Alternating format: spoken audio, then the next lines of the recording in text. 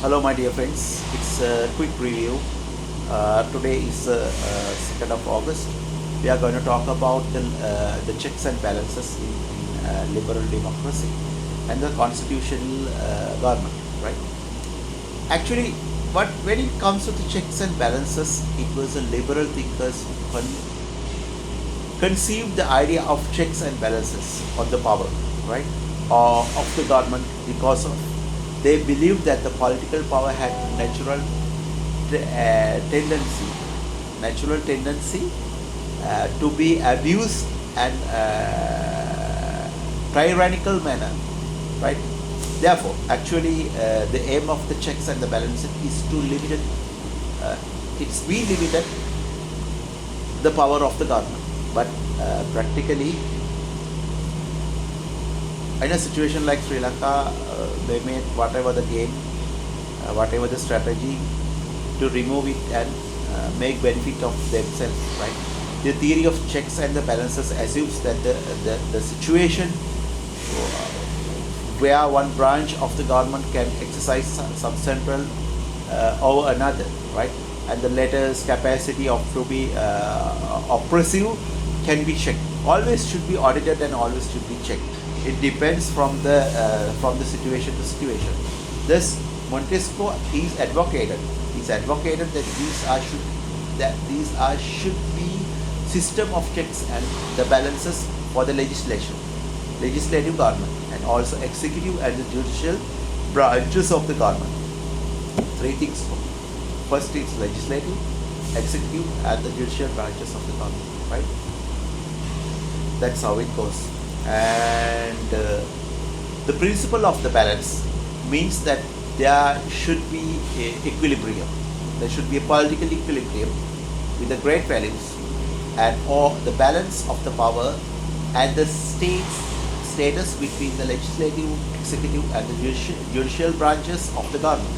Right? Checks means that in one branch, for example, in one branch of the government exceeds its authority, and the other branches can act as a check on it, right? So it should be balanced like a triangle balance. For a system checks and the balance to work, actually, there should be a division governments, the power into the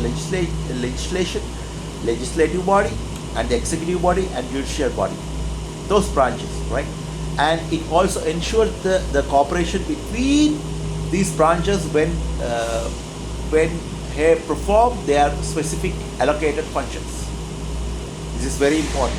Thus, actually, for example, each branch government cannot be perform its function in total isolation for other branches. Therefore, actually, in principle, in theories of principle of checks and the balances and greater equilibrium promotes the cooperation as well as the watchfulness among the branches, and that are divided by the principle of separation of powers.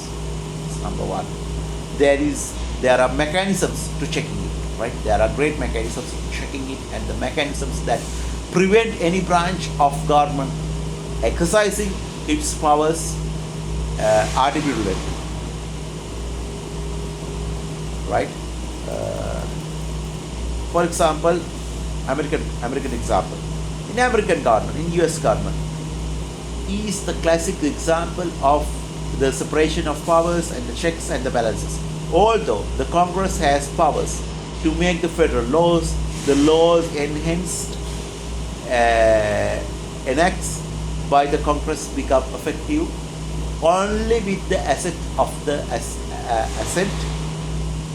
president, who is the head of the executive, right?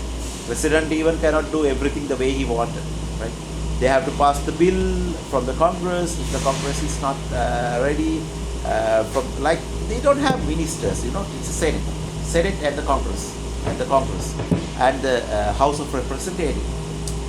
If any law passed, the president also has the veto power over the laws passed by the Congress. But if any law, for example, any law passed by the Congress violates the Constitution, the Supreme Court has the power to invalidate.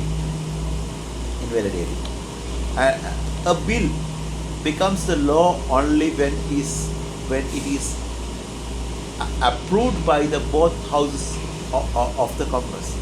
Even when the president uses his veto power over a bill, the Congress can still have a power to pass it into a law by 2/3 of majority. This is a system check, right? System validation. It's like a computer, right?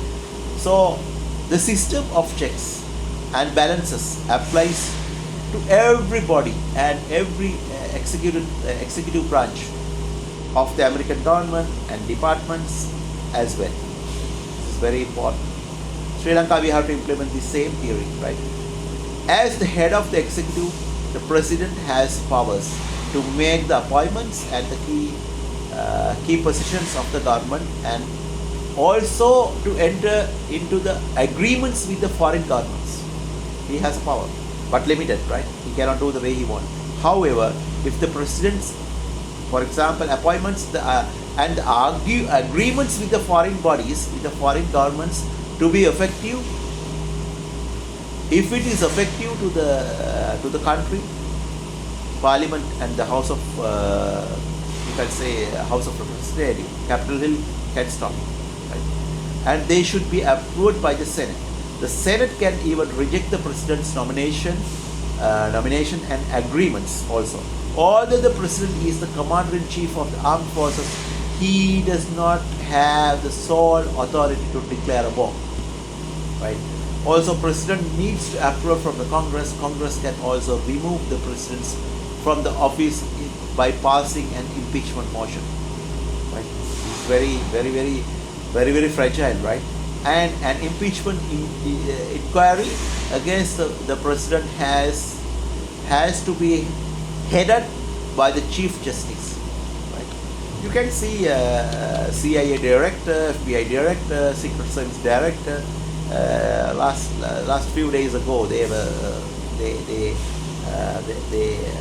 removed, right? With regard to the judiciary, Congress can change the powers of the courts, right?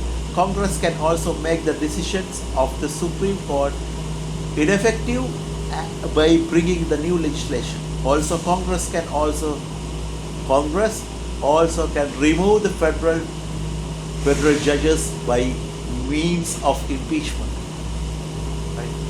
So it's all about, for example, rule of law. If you see the rule of law along with the constitutionalism and the limited governments, is the core principle of liberal democratic government, liberal democratic body, liberal democratic hierarchy, right? The you can say the platform, liberal democratic platform, right? The simple meaning of rule of law, and also it is an idea that the law should be applied equally to all, to the rulers also, as well as the ruled. The rulers, who are the rulers? President and the Parliament, and as well as who is ruled? We, the society, the people, right? In the continental Europe, the concept of rule of law is derived from the doctrine of lawful state and the state of law, right? Regicest, the German legal concept. Regicest, not righteous. In United States, the concept of the rule of law had emerged in the Constitution 1776 and 1777. I'm sorry, and the Constitution, which is the supreme law of the country. The rule of law is a part of the American common law of law tradition. The same, the rule by law, not by the men, captured in this is the American theory by the American tradition, United States tradition. The doctrine of the rule of law famously, actually, famously it is defined by decay in the book, and law of constitution. Decay, law of constitution, we will talk about it later actually, those principles, right? This is embodied, this has been diverse, and this has been, you can say this has been fascinated, this has been influenced by the many constitution and many political theories in dunya, in this world, right? Actually, the embodies of the predominance of the law over the discretionary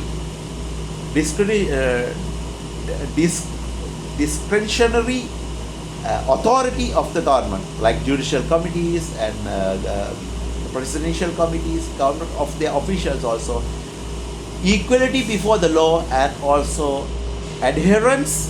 These are adherents, right, to the law of the constitution. All aim the political parties, and the political parties protecting the individual rights. This is the theory, but I don't know how it is diverse into Sri Lanka. The principle of rule of law has the following components actually, right? I will explain it. Number one, all the officials of the government, including the highest authority, are not above the law. Rather, they are subject to the law of the land. Very beautiful. Very nice. Okay. And the government's power to make and enforce law should be subjected to constitutional limits, design and the protect individual liberty, people's liberty, right?